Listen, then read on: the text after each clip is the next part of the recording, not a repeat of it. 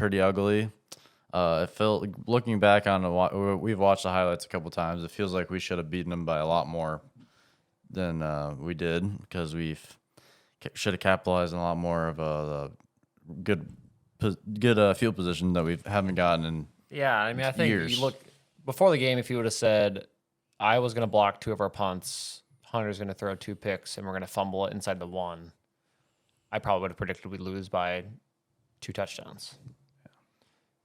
And yeah, I mean, credit to Hunter. I think Hunter bounced back from some silly mistakes. The Xavier pick was underthrown and thrown into double coverage. We just actually rewatched that play, and if he waits a half second more, Jalen Knoll was open in the flat and would have been a touchdown. But hindsight's always 20/20. And I mean, inside the 1, I think having Hunter, you'd think maybe a quarterback sneak could be a little more utilized. I think, especially in goal line situations, I feel like this is probably the most confident we would be in a play like that. But I mean, aside from that, Jarrell played great, so it was just kind of a fluke fumble. And Jarrell's fluke fumble. It was just like a weird fluke play, like just slipped out of his hands. Yeah, and just got hit with the right. It was so like it almost went out of the end zone. Like you could tell it just slipped out of his hands. Yeah. It was. But not it's like all right. I mean, it was not like a form thing. It was just like he just slipped out of his hands. But he really, other than that, he played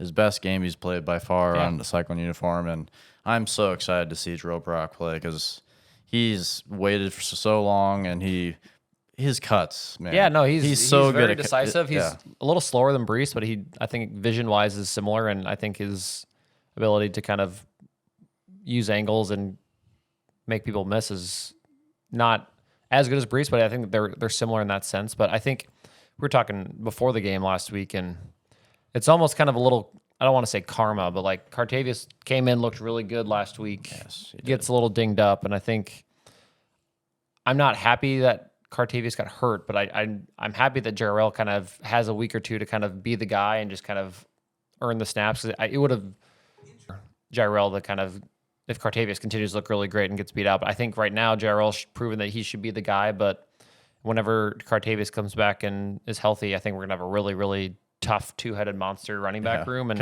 Eli Sanders played really well too. So I think this is probably the deepest running back room we've had, which is saying a lot because, I mean, we had Brees Hall and Kenny at one point. I'd like those talking points. We always say that like the deepest we've ever had. Like probably the deepest we've had with the Campbell best era. No, like we've had deeper running back rooms than we have now, like talent wise, like looking back on it now. But the future looks really bright with these guys because if Cartavius Norton doesn't get hurt, I swear he would have just absolutely broken out in the second half because the way he was just running was just like I've never like obviously even Ryan Harkall, he was saying in the last couple podcasts ago, he said he's a mixture between Brees and Dave Montgomery, and it's literally exactly what he showed. I mean, in just a couple plays he played.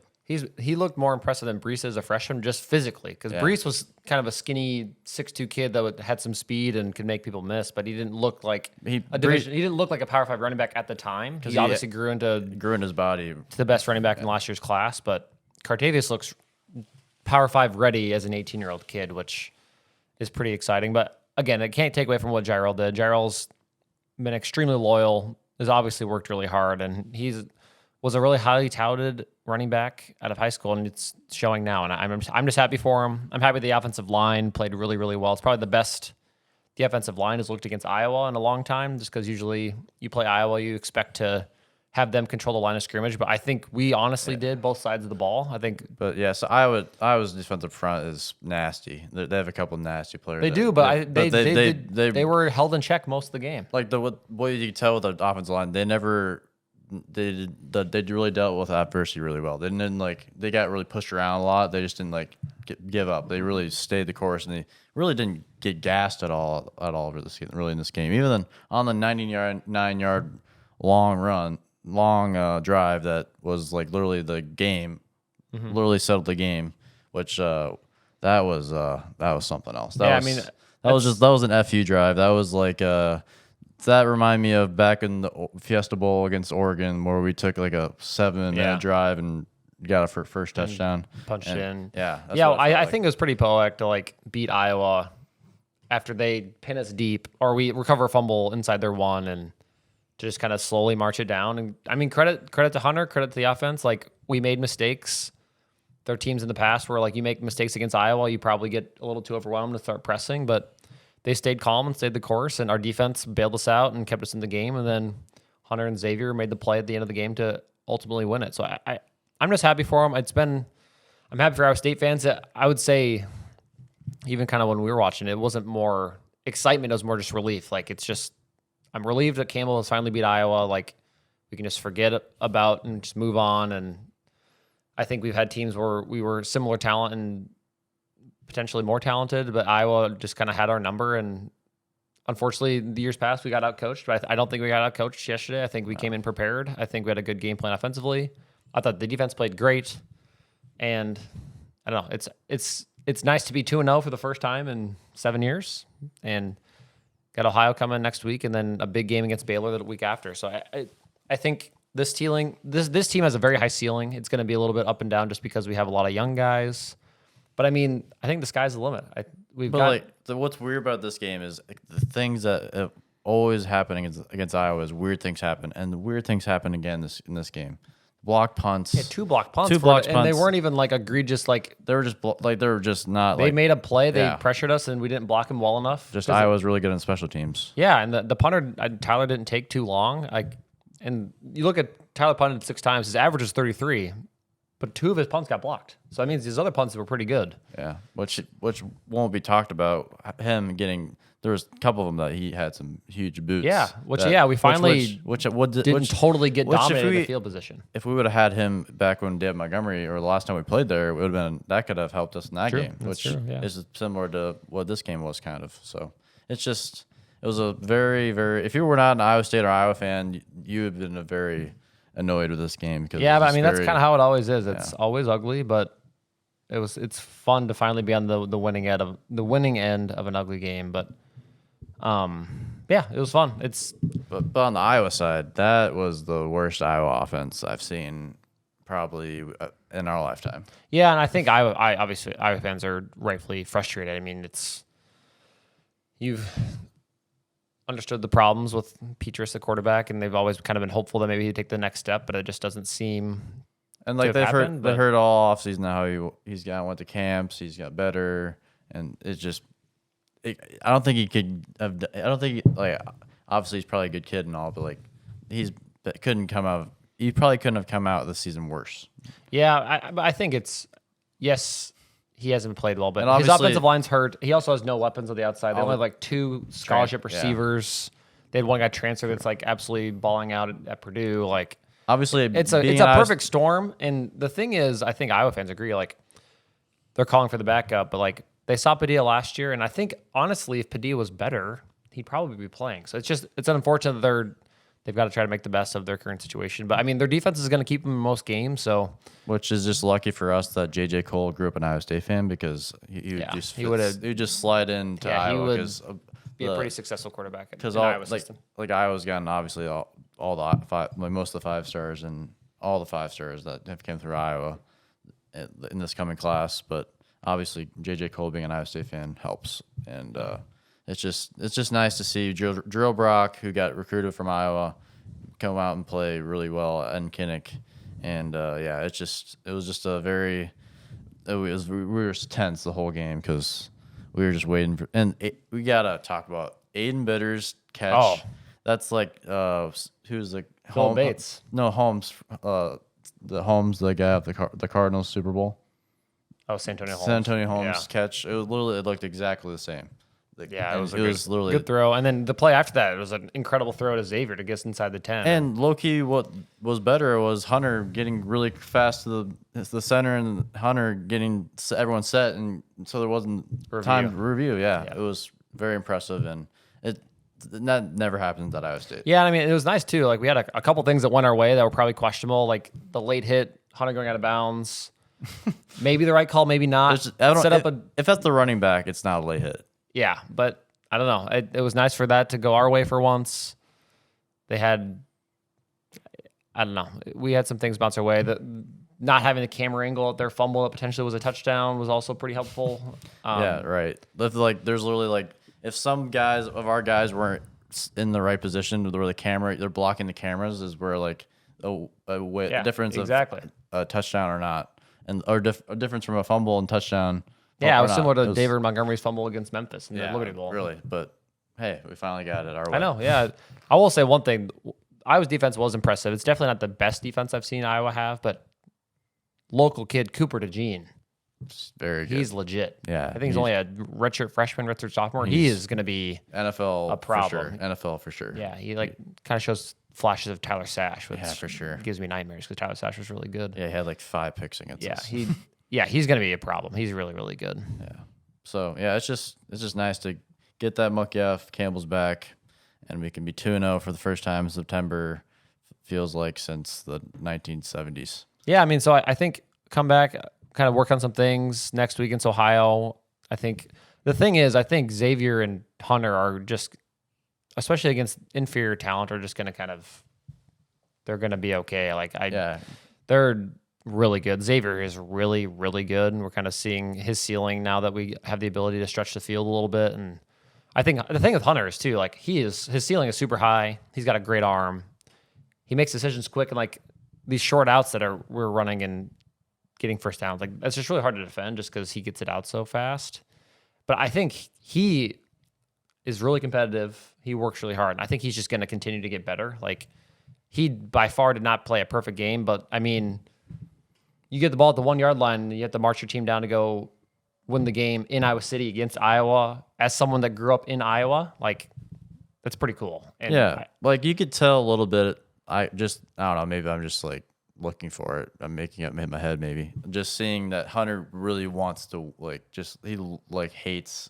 He doesn't hate not the hatred of like rivalry like on the field hate like because like he probably sees the guys he plays against in Iowa or like at camps or something. But Purdy played in Arizona. Yeah, but didn't have as many ties. Yeah, didn't have many ties or like didn't grow up in around Iowa and the rivalry. Like, I don't know, maybe I just kind of saw it a little bit. Well, I mean, he even said in the press conference, like, it's a dream to play in this game and like lead a drive to win. Like, I don't know, like, us when we were kids playing we would simulate scenarios like, oh, we're in Iowa City down 3, got to score a touchdown. Like Hunter got to do that yesterday, and I mean that's pretty cool. And I think it hits home a little differently when your quarterback is from Iowa and kind of grew up around this rivalry. And I think I don't know. I'm just happy for everyone. It's nice to just kind of move past this game. And yeah, everything's ahead of us. I think can't look past Ohio. I hope we don't come out and lay an egg. I don't think we will. I think this senior class is just like so level headed. Even like Xavier, like his press conference was just like super calm. He's like, they're so locked in. We just do it, take it play by play.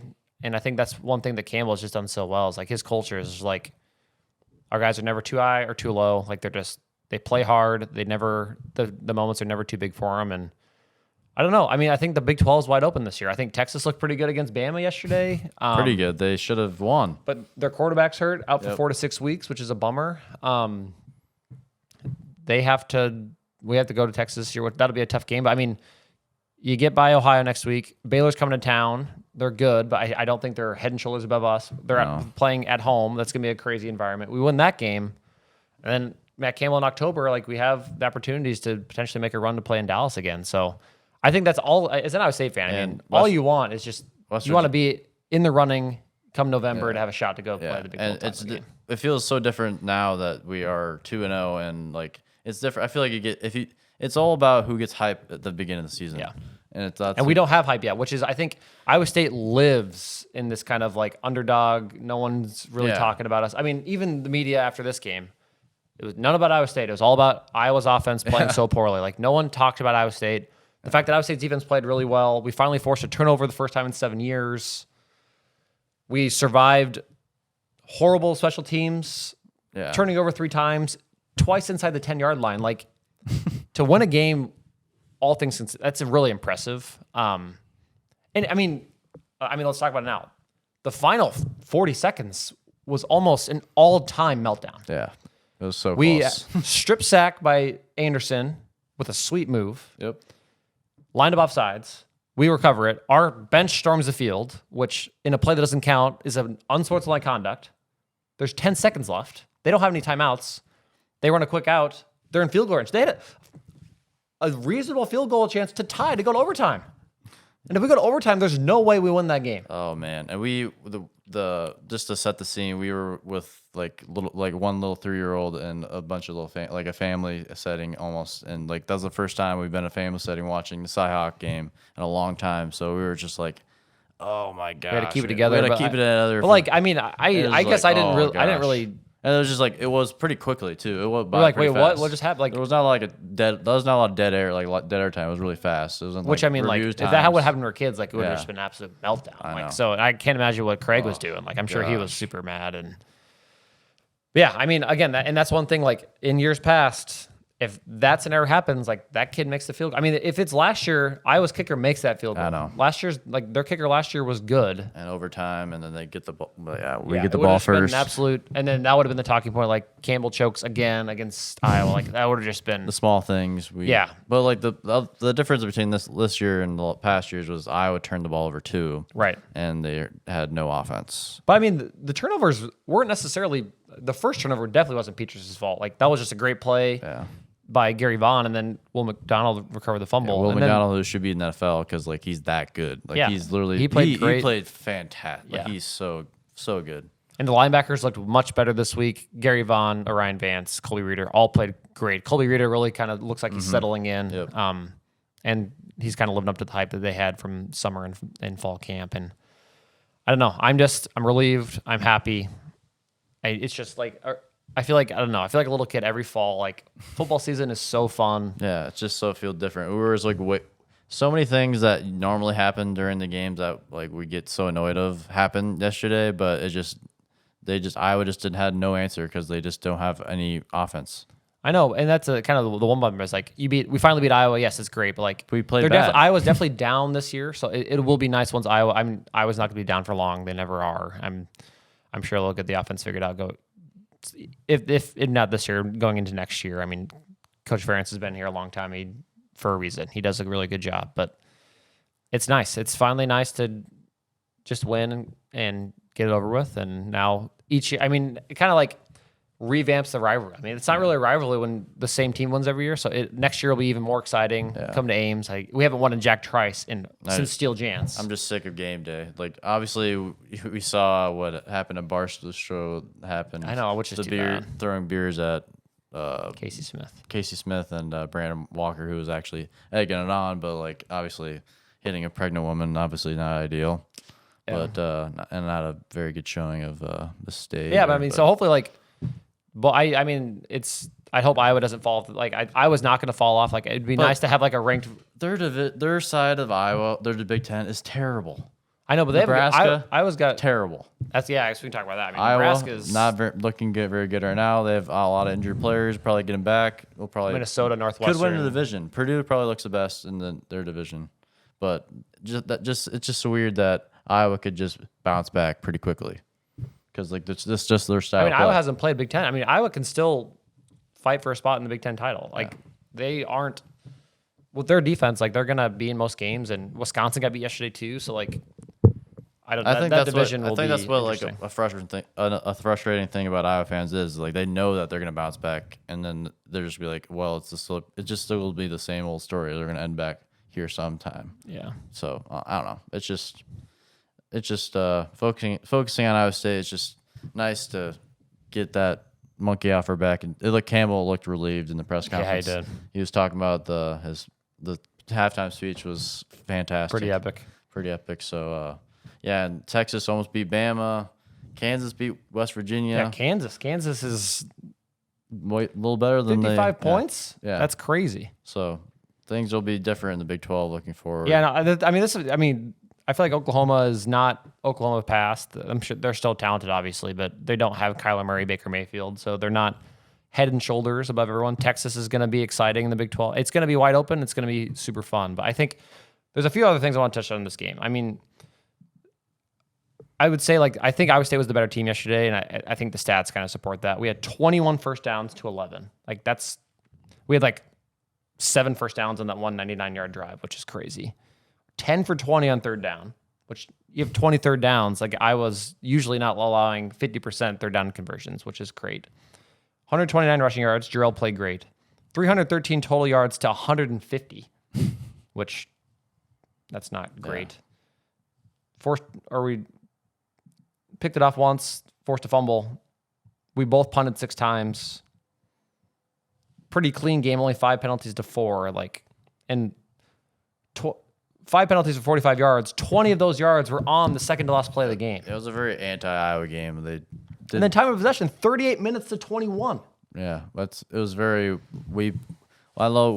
People said Campbell's trying to Iowa. He didn't exactly yesterday, but Hunter threw it 38 times. Yeah, so we just have a different style of play, and it's just exciting to be 2-0 and we have one more. I'm not sure how good Ohio is. I haven't really looked that up, how good Ohio is. But they got beat big by Penn State yesterday. But I think also, too, the fun thing about having a quarterback with a big arm like Hunter is, our playbook, especially on third downs, is much more open. Where, you can run these quick, especially with the speed we have at receiver with Jalen and Xavier, getting first downs on third downs is, it takes much less scheming, I feel. It's just, we can do something simple and kind of keep the ball fast, moving. Fast. Get the ball, get some way faster. That's why I feel like this year Sean Shaw is more effective. I feel like earlier in September. Well, obviously he's been hurt the last couple of years, but now he's just Sean Shaw being more in the offense. I just really like Sean Shaw because he's always, every time he gets the ball, something good happens. Yeah,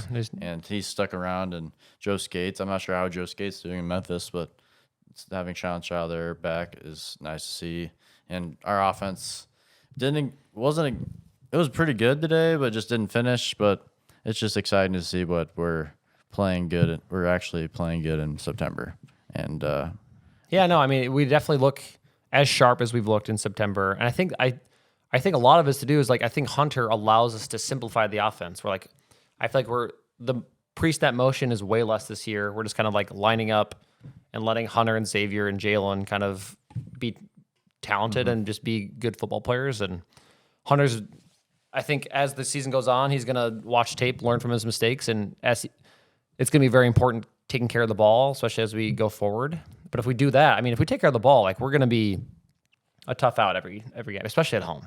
And those our uniform combo was so awesome. Yeah, it was clean. The white helmets, man, we need to wear those every away game because those look so nice. Well, in interviews with players, it sounds like everyone reads into that one year we wore black uniforms all year, but it's because we won. Campbell's superstitious, so maybe this. So yeah, maybe we'll go with these combos that we've gone with, and it's just nice to see the cardinal and gold a little more. I think the black jerseys are clean, but it's kind of refreshing. We're kind of it looks like, I don't know, it just reminds me of the Seneca Wallace days. We're I don't know, it's just fun, and I think especially as Iowans, I think we're very protective of people from our state, and it's just cool to see an Iowan that's as talented as Hunter and beat Iowa. Yeah, so. Especially beat Iowa when we haven't beat them in so long. Yeah, it's just refreshing. So, there's third graders that have never seen Iowa State beat Iowa. So, it's nice to finally have that done. But, yeah, it was fun. I think, I don't know. You look at the schedule. I think if we can beat Baylor, we're looking up big game against K-State a couple weeks after that, and then Texas, Oklahoma back-to-back. A lot of opportunities. Yeah, especially that Okie State game looks to be a big one, maybe. Hopefully. I'm not sure how good Okie State is this year. They're ranked 11th. Yeah, they're ranked 11th. And Spencer Sanders is still there, but Mike Gundy's always consistent. Yeah, one of the most consistent coaches in the nation. So. And I don't know. Look at around the country. Everyone talks about how good the SEC is. A&M had a big loss. Bama didn't look that good against Texas. Notre Dame lost to Marshall. Notre Dame. As much as we complain about this conference realignment, the rich get richer. Now rich schools are paying players to get the most talented players. Texas A&M had the number 1 recruiting class. They lost to Appalachian State. There's still parity in college football. And I think unlike basketball, talent doesn't always win. Bama is consistently good just because they have size and speed, which I think is probably the biggest difference between the good SEC schools and the rest of the country. But even so, Texas has talent, and I think Sarkisian looks like he's figuring it out. So I think coaching goes a long ways in college football. You look at Iowa. Iowa's not regularly getting 5-star recruits, but they always compete against the Michigans, Ohio States of the world just because they're well coached. And I think Campbell does a similar thing with Iowa State. And I think we develop players super well. I think our offensive line is finally kind of looking like we have hoped for in the last couple of years. And Coach Andrews has done a great job. I mean, Jalen looks faster. Xavier looks like bigger and faster. Hunter looks great. Like, I don't know. I think a lot of people are buying in. I think the right people that we want in our program buy into what Campbell sells. And I think that's why you look at our freshmen, our true freshmen that are playing meaningful minutes and contributing well. I mean, Jeremiah Cooper doesn't look like a true freshman. He looks like he belongs. And he looks special, dude. Back in the day, like Nigel Tribune started as a true freshman. We're like, oh, he's good, man. but he was not good. He's like, he had to play into being decent. Like, you know what I mean? Like, just threw him back in on the the day, walls. if we had a true freshman, we're like, oh no, like, oh man, we are not doing well. It was usually like a walk on, like a preferred walk on that, like, you know, had to build into being good. Yeah, I mean, you look like Tyler Miller. Like, yeah, this kid comes in 6'9" farm kid. Yeah. Now he looks like an NFL tackle. He's a beast. Awesome. He's a beast. Yeah. He's a So beast. it's just, and Trevor Downing's playing great, and hopefully Remsburg comes back soon. So I think it's just going to be fun. We have the ability to stretch the field. Jerry will, and I think we're going to be pretty balanced this year. You look back the last couple of years, we probably were more of a run first just because we had Brees, who's one of the best running backs in Iowa State history, one of the best running backs in college the last 10 years. So I don't know. It's really exciting, and it's just fun. It's always kind of a bummer on Sundays where you're like, okay, now I have to wait another 6 days until the next game. But like, how is it being like you, like obviously went to school, med school at Iowa, and now like obviously now you finally beat Iowa State, finally beat Iowa, and now you can go back to work and be like, Iowa State finally beat Iowa. How's that going to be? I lived in Iowa City longer than I lived in Ames now, so I'm probably sympathize more with Hawk fans than I did prior to. But I just, honestly, the more I kind of I'm not like a sixth grader. Like, I mean, honestly, the people that are most excited are like kids in middle school. Because I mean, like the trash talk between like middle schoolers with this rivalry is probably the most ruthless of all of them. Yeah. I mean, because sometimes adults can kind of get a little ridiculous, but like after, like I just remember the week after, like the Monday after beating Iowa, like you walk in, like you're feeling pretty good, and like all the Hawk fans are kind of putting their head down, and they just, I don't know, like this rivalry, like, we talk a lot of crap between each other, and it's just like so fun to watch them eat their words. But I think what's cool now is I respect Kirk a lot. I think he has built a great program, and he coaches the right way. I think he's like a genuinely really, really good person.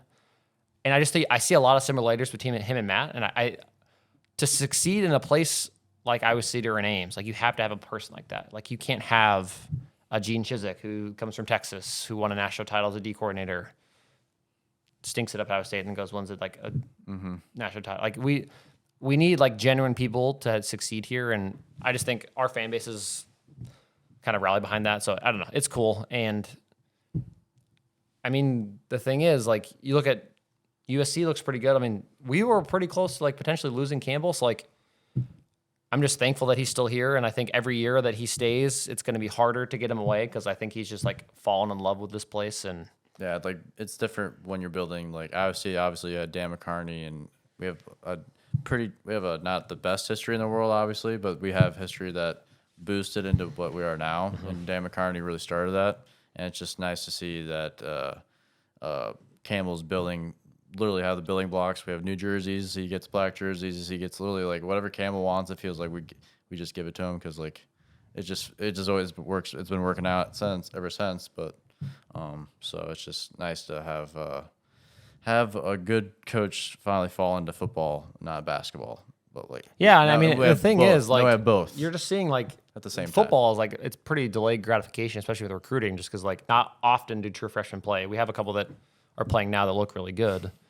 But like the sophomores, juniors, seniors were recruited a long time ago. We always heard the hype. But like now we're seeing like TJ Tampa looks really good. Miles Purchase looks incredible. Like Jalen Knowles looks really good. So it's just nice to see the fruit of our recruiting efforts the last 4 years. And I mean, then it's just each year the next freshman class is even more talented. So it's exciting times, and it's just fun.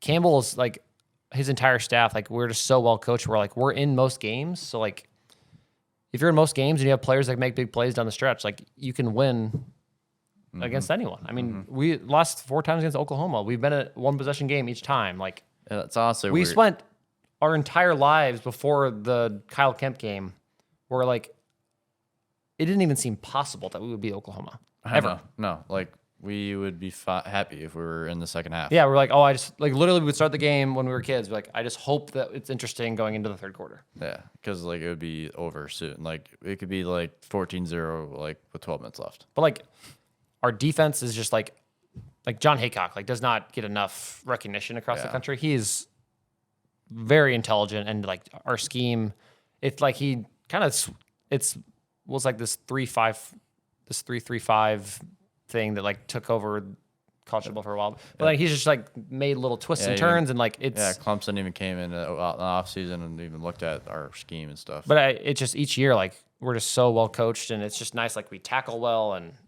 having a defensive line that can. Yeah, there's a couple times yesterday I'm like, man, that was a really good tackle. Yeah, there's a couple of them. I was like, man.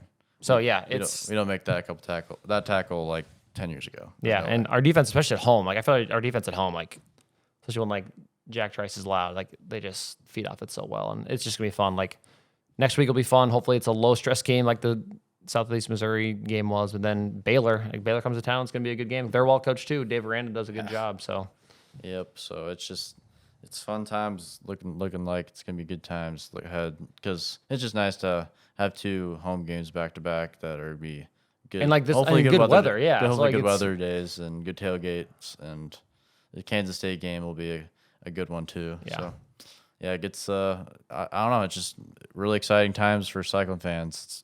It's nice to beat Iowa finally, and who thought Campbell would beat, like when Campbell was hired? Imagine me said he'll win a Fiesta Bowl and beat Oklahoma way before he beats Iowa. Beat Oklahoma more than once. Yeah. It's just like, wow. Okay. And be in the Big 12 championship game, title game. And so, yeah, it's just nuts that it took this long. But well, I think the cool thing is too, like back in the day, like when we weren't that good, like the Iowa game was like the only game that mattered, just because like we weren't competing for Big 12 titles or anything like that. But like now, win or loss against Iowa, like it stinks to lose to them so many times. So it's nice to finally get the win. But like now, like I think that's only gonna like kind of project our confidence going into the season. We're like, yes, we beat Iowa, a good Big 10 school, and now we can just take it week by week and it's a great non-conference win. Yeah, exactly. Yeah, which we haven't had many good non-conference wins in a long ever. time. Yeah, it's been a long time. So yeah, and it's funny how like Bama almost lost to Texas, and that was almost Nick Saban's first non-conference loss since he lost to Louisiana Monroe his first year at Alabama in 2009. Whoa. That was a long time ago. That's a long time ago. And so it's just college football seems to be pretty darn weird this year. I know, it's just fun to like. It's fun to have success early because like I feel like the Texas A&M fan base, like the wheels are falling off, sky is falling. Notre Dame fan base, I'm guessing, is just an absolute disaster right now. Or it's Nebraska's probably I think just Notre Dame's fan base is kind of different because it's Freeman's like first couple year. It's a little different, like the transition. Brian Kelly. Yeah, but they still have a top 5 recruiting class. True, like they yeah. expect to You're win right, national you're titles. Right, you're right, but this is not the first time they've lost to a non-conference weird team at home. You know. Yeah, but it's a bummer for them. But I'm just glad I don't know. It's college football's so fun. I think that's the difference between college and pros. Like pros is like these are professional athletes. It's never like that many blowouts or like the better team wins most of the time. But like in college, like these aren't professional athletes. I mean, they're getting paid now. I know, but like it's just the I don't know. They're 18 and 22-year-old kids. It's like less predictable. Like that's what makes it weird. Like, was Luka Doncic playing professional before he went to the NBA? Like, you know. Yeah, it's true. You know but I mean? like, I don't know. It's just can be unpredictable, and it's already fun to like see that craziness happen now. So it's just fun. It just I don't know. It makes you feel like a little kid each year just to get crazily excited about kids playing football. But it's I don't know. Right. It's tough to beat. Well, we've been at Michael's house in Iowa City, and it's been a good trip to Iowa City finally, and it's been nice to finally have you back on the podcast. Yeah. And I think we might be trying to do this tailgate podcast next week at Ohio, so we might try that out. So we might have one more podcast between that. So yeah, we appreciate you guys listening, and it's a Cyclone state, and it's we're feeling good here, and hopefully you guys had a good weekend, and go State. Go State.